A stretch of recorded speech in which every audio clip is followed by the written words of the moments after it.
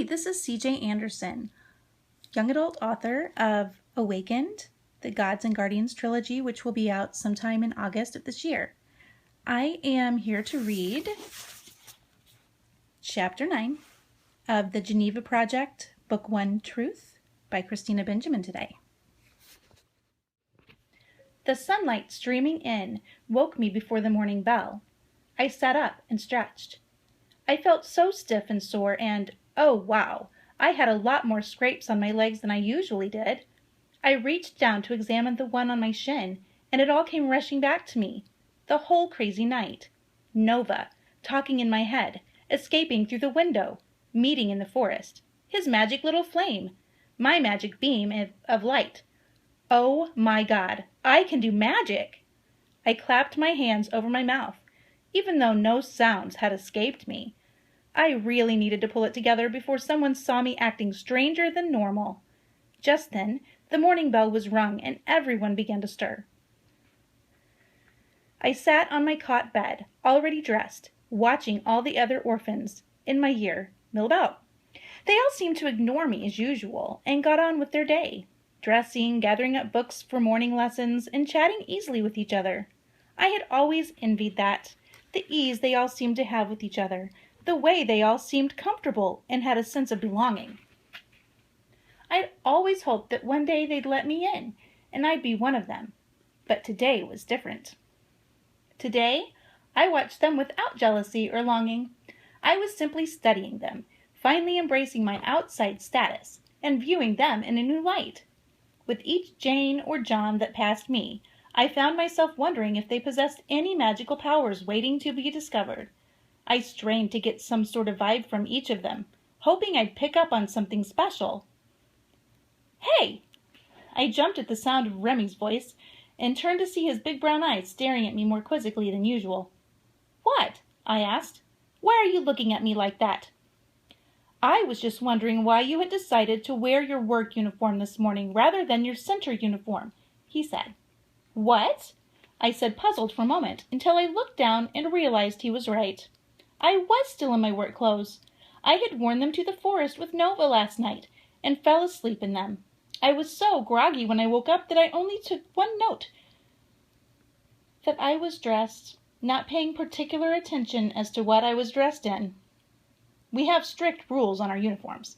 As orphans, we're already the lowest grade of people on the island, so Greeley always told us the least we could do was look presentable. We wore the Trojan center uniform during the day for our lessons, which consisted of a tan linen tunic with a red sash. It left our right shoulders exposed so you could see the tattooed numbers that branded us orphans. And we had our work uniforms that we wore whenever we left the center to do flood work. The shirts were made of the same itchy tan linen, with brown long shorts to tuck the shirts into. This is what I was currently dressed in. None of the uniforms ever seemed to flatter my scrawny shape, but I looked worse than usual this morning in my rumpled work clothes, still covered with dirt and bits of moss. Remy was still staring at me, probably scrutinizing my sanity. Oh, yeah, well, I was talking while I was getting dressed, and I guess I wasn't paying any attention. I stammered quickly, walking away from Remy and toward the Jane's wardrobe. I went right to the shelf labeled with my number and exchanged my shabby work clothes for my Trojan tunic. I balled up my dirty clothes and deposited them into the laundry bin. Our orphan numbers were stitched into the hem of each item of clothing we had, so that if we lost or ripped or soiled anything, we could be punished for it. I was fretting over the state of my shorts when Sparrow came up to me. Here, let me see those, she said, pulling the shorts from my hands before I had time to protest. She shook them a few times and rubbed her hands over the stains, and they seemed to vanish before my eyes. There we go, good as new, she smiled and dropped them into the laundry bin. How did you do that? I asked in astonishment. You can heal anything with a little love, she said with a wink, and then skipped away. I stood there stunned. Sparrow was special, too. She was like me. I knew it. I knew there were more of us, more like Nova and me.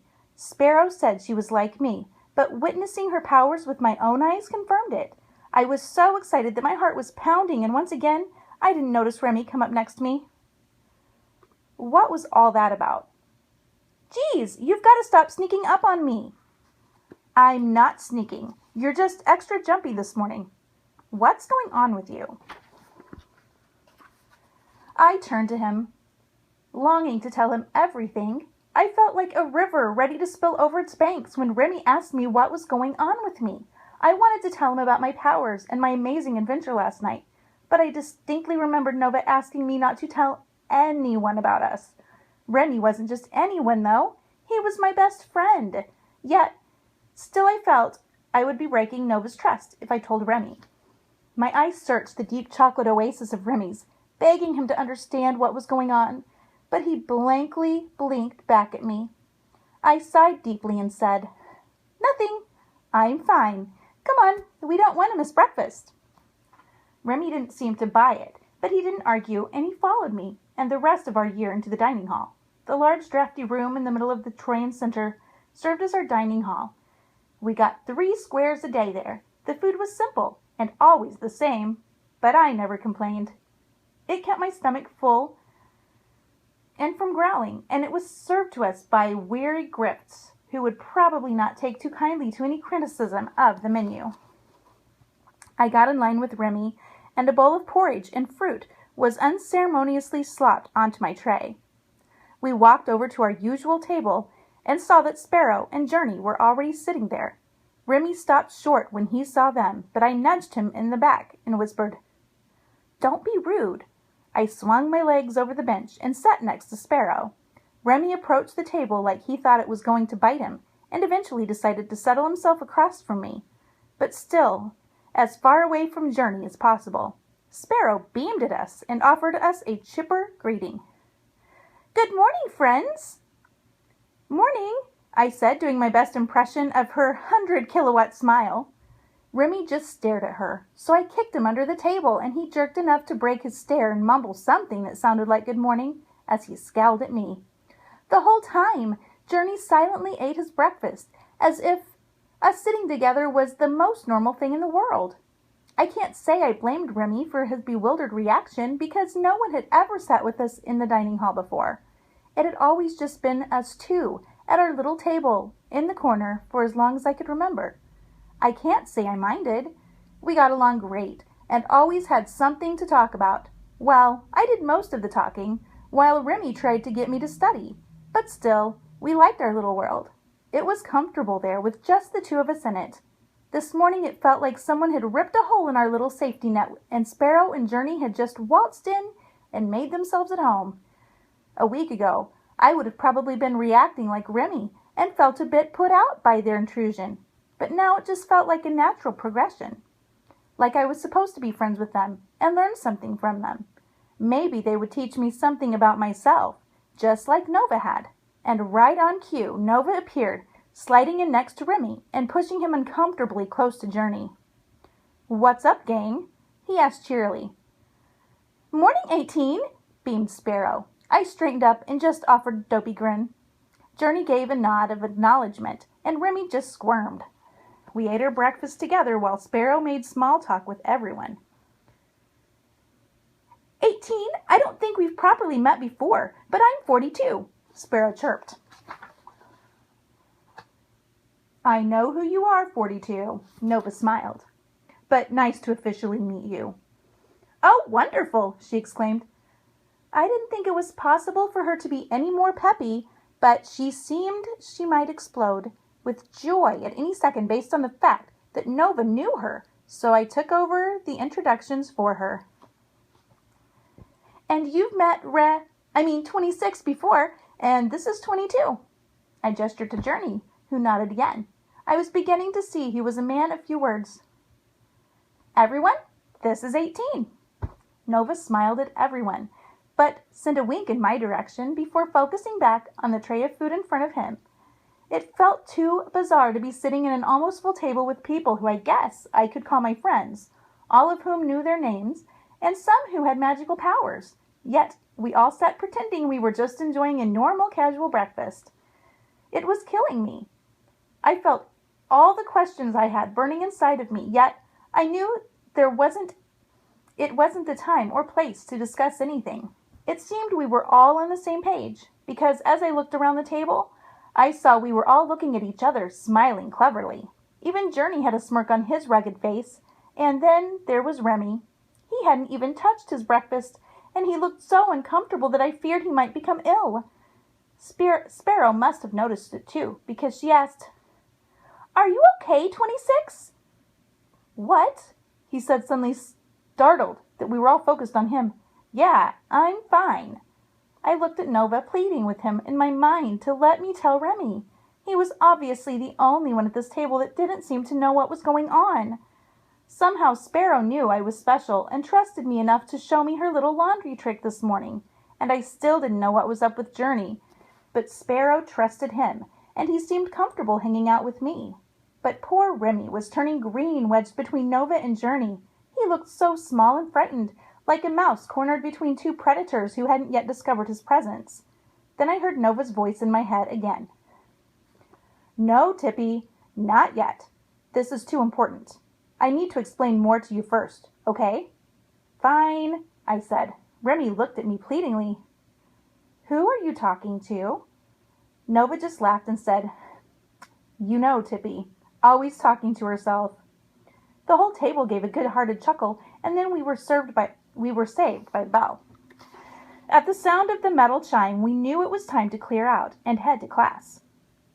Nova gave me a scratch on the head and a wink as he jogged off to class, and that left the four of us to make our way to Plants and Poisons. Sparrow rambled on the whole way to class. It made me appreciate Remy's silent qualities even more, as it was impossible to think with her chattering in my ear. I only caught portions of what she was saying, something about Nova being cute, maybe something about what we were reading about in P&P today. Blah, blah, blah. I was really just going through the list of questions I had for Nova. I couldn't wait for the day to be over so we could get another chance to go to the forest and get some answers. The day dragged on. I made it through Plants and Poisons and Reading and Writing without a hitch, but Mr. Graven called me out of my daydreams in our history and trade lessons. 65, care to give your take on the value of precious stone trade? Oh no, here we go again, I thought. I was totally lost in thought and had no idea where we were in the lesson. I looked around for help but found nothing. I stared blankly at Mr. Graven, hoping he'd take mercy on me. He was famous for making examples out of students that didn't pay attention to him. "Miss 65, why don't you go to the board for us and write down the top 5 trading gems that our island was founded on, since you obviously know so much about our history and trade that you don't need to bother paying attention to our lessons." My cheeks flushed as I slowly stood and walked to the chalkboard. It felt like I was walking to my death sentence. By the time I reached the board, my palms were sweating and beads of perspiration had formed on my forehead. I picked up the piece of stark white chalk and wiped my forehead with the back of my hand.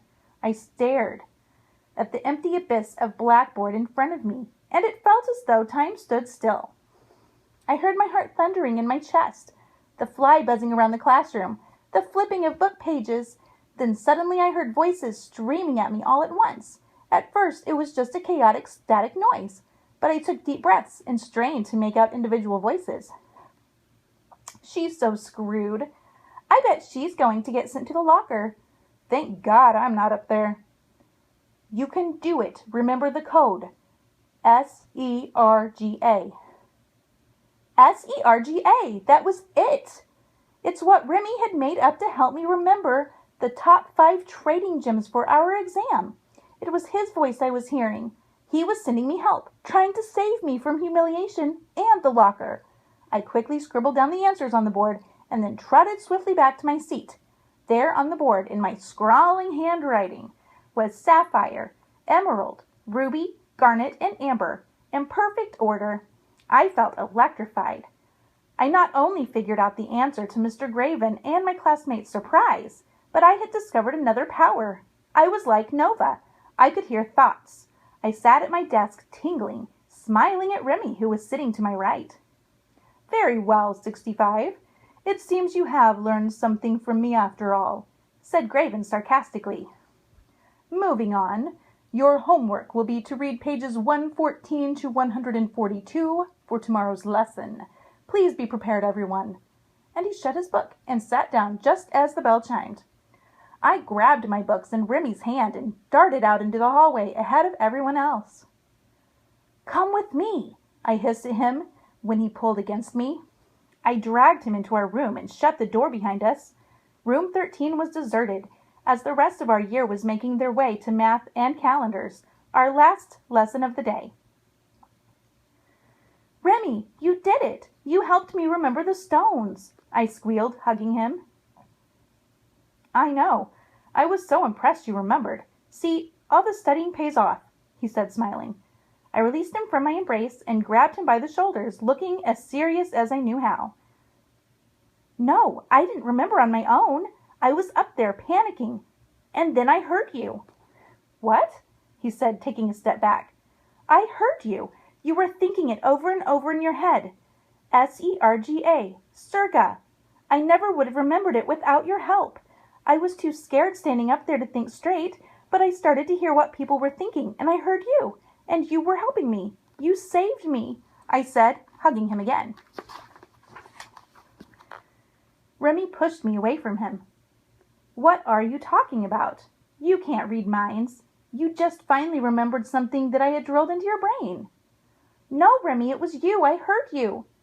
"Okay, I really think you're starting to lose your mind. Maybe you've been hanging out with these new friends of yours too much, or maybe you've hit your head really hard when you fell off the rubble pile, but we're going to be late for class. Let's go." He walked out of the room, leaving me standing there alone. I was stunned. Remy was my best friend. I thought he would believe me. I would have believed him if he told me something like this, wouldn't I? I stood there hoping that I would, but maybe not. Maybe I only believed it because of the incredible new things Nova had opened my eyes to recently. Maybe Nova was right that I couldn't tell Remy about my powers yet. Maybe I would have to show him. Yes, I would show him, and then he'd have to believe me. I needed Remy to believe me.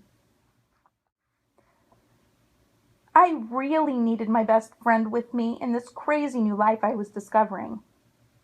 I had made up my mind that I would tell Nova that we had to let Remy in on this, all when the second bell chimed. Shoot, I was late. Late for math and calendars. I sprinted out of room 13 and ran straight into Miss Brea. "Dear Jane, are you all right?" I had bounced off her and landed square on my rear end. "Yeah, I'm fine," I said as I stood dusting the sand from my uniform. "Sorry, I wasn't watching where I was going." "Well, you'd better come with me. We'll need to get you a late pass so you don't get into trouble for wandering the halls, dear." I followed Miss Brea into her office and sat in the chair while she bustled about her desk looking for a pass. "So, how's your head been treating you? Any more dizzy spells?" "No, I think I'm cured, thanks." "Good, good. Very good to hear," she said distractedly. "Aha! Here they are. All right, then. Where are you headed, little Jane?" "Mr. Hoogturn's class."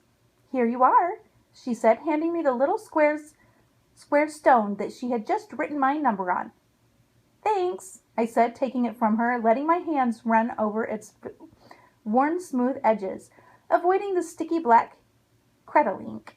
We learned about this ink in P&P class. It's made from the sap of a Crettle plant and the black lava rock found on the island. It's washable with a particular solution, so it's perfect for the stone passes we use in the Troyan Center. You need them to go to the nurse's station, the Jane's room, Greeley's office, or anywhere other than where you're supposed to be. I walked into Mr. Hoogturn's class and handed him my pass, then headed for my seat next to Remy at the long table in the back of the room. He glanced at me questioningly, and I shrugged at him, putting my books down. We sat silently next to each other through the whole class, quietly working on filling out our calendars and equations. I could feel the distance between us, and the tension that was building. It made me uncomfortable to have secrets from Remy, and I was hoping after today that I could come clean, and we'd be on the same page again.